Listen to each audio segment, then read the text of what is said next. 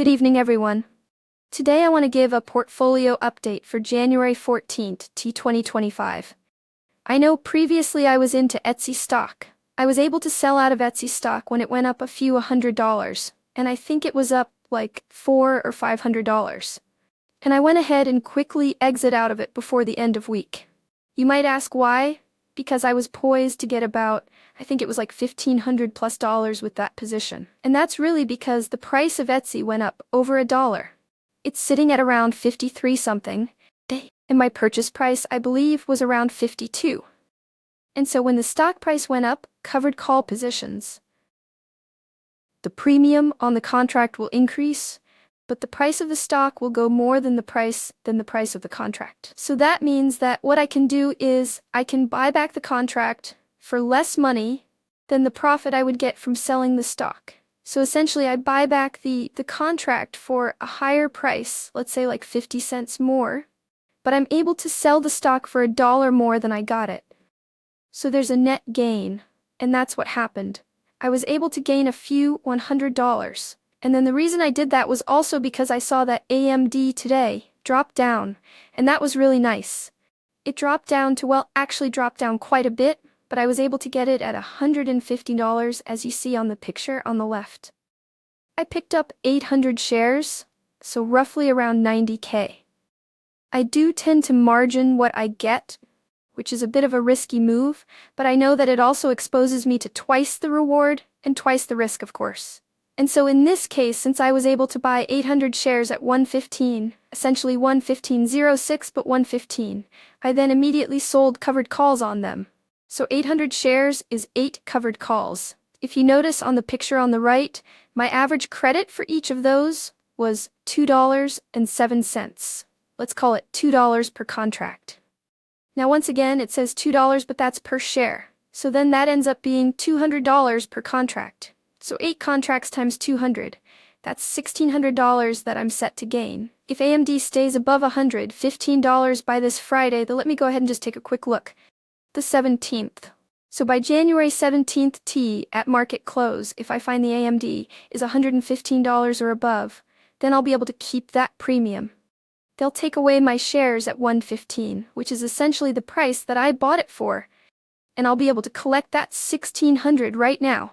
As you can see in aftermarket, it's 116. So it's looking like a relatively good position, although you never can know with stocks, especially when they're on a bit of a kind of volatile streak. As you may know, AMD, I previously joked about it. I think I saw on YouTube comment it was called Advanced Money Destroyer. It's a chip company, and it's pretty impressive in the sense that they're targeting their development and their marketing towards businesses, and their chips are really not necessarily towards retail as much, even though they do have excellent chips, at least relative to Intel. Let's say they're still kind of second to Nvidia, which is understandable. But they're building out their chips. They're increasing their profits. And it looks like a company that's poised for stock price appreciation over the next few years, in my personal opinion. Not a financial advice, but that's the way I see it.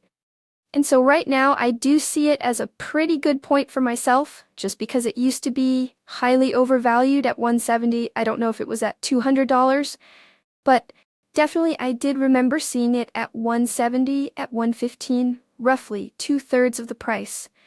I feel a lot more comfortable owning it and being able to sell covered calls against it. And that's because right now I own it at 115. But the covered call protects me so that even if it drops another $2 by Friday, let's say it goes down all the way to 113, $2 lower, I'm still covered there. I'm still net even. I didn't lose any money because the premium offsets the loss in that case.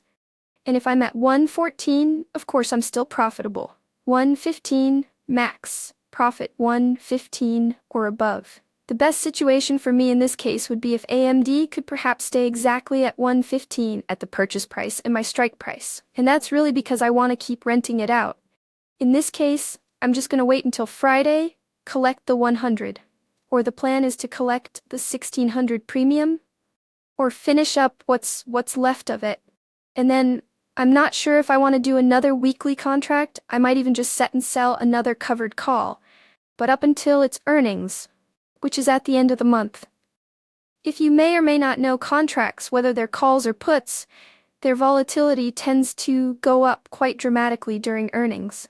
And that's because there's a lot more uncertainty about whether it's going to do well, whether it's going to do poorly, and so it's a subject to a lot more deviation, a lot more change in the stock price.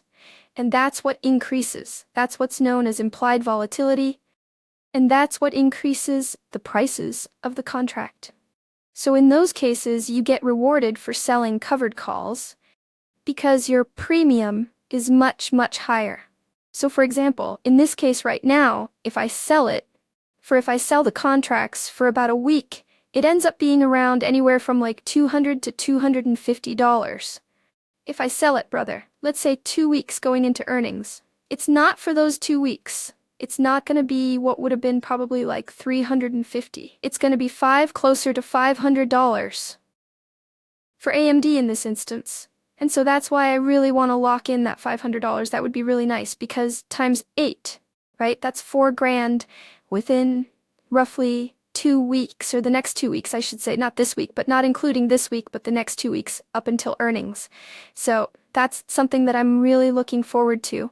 And it makes it so easy to look at because it only takes a few seconds for me to check out the prices. And I don't have to worry about it. You know, you could check it every few hours, see what the price is doing, and you could set alerts too as well. So if you're kind of going about your day, or this is not financial advice, but for me, if I'm going about my day and I reach a notification, I can respond to it pretty quickly. Okay? And then just leave it out of my mind. I only have to think about it maybe like once or twice a day, and it makes it really easy to work with.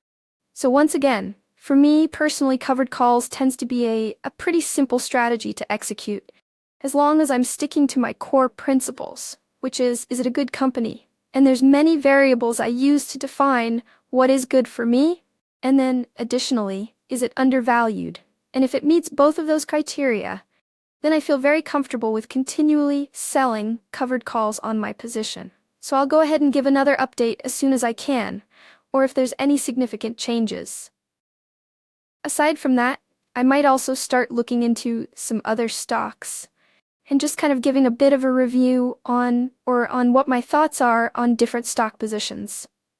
If you're interested in hearing anything like that, always feel free to watch and subscribe. So thank you so much for watching, if you've watched up until now, and I hope you have a wonderful day.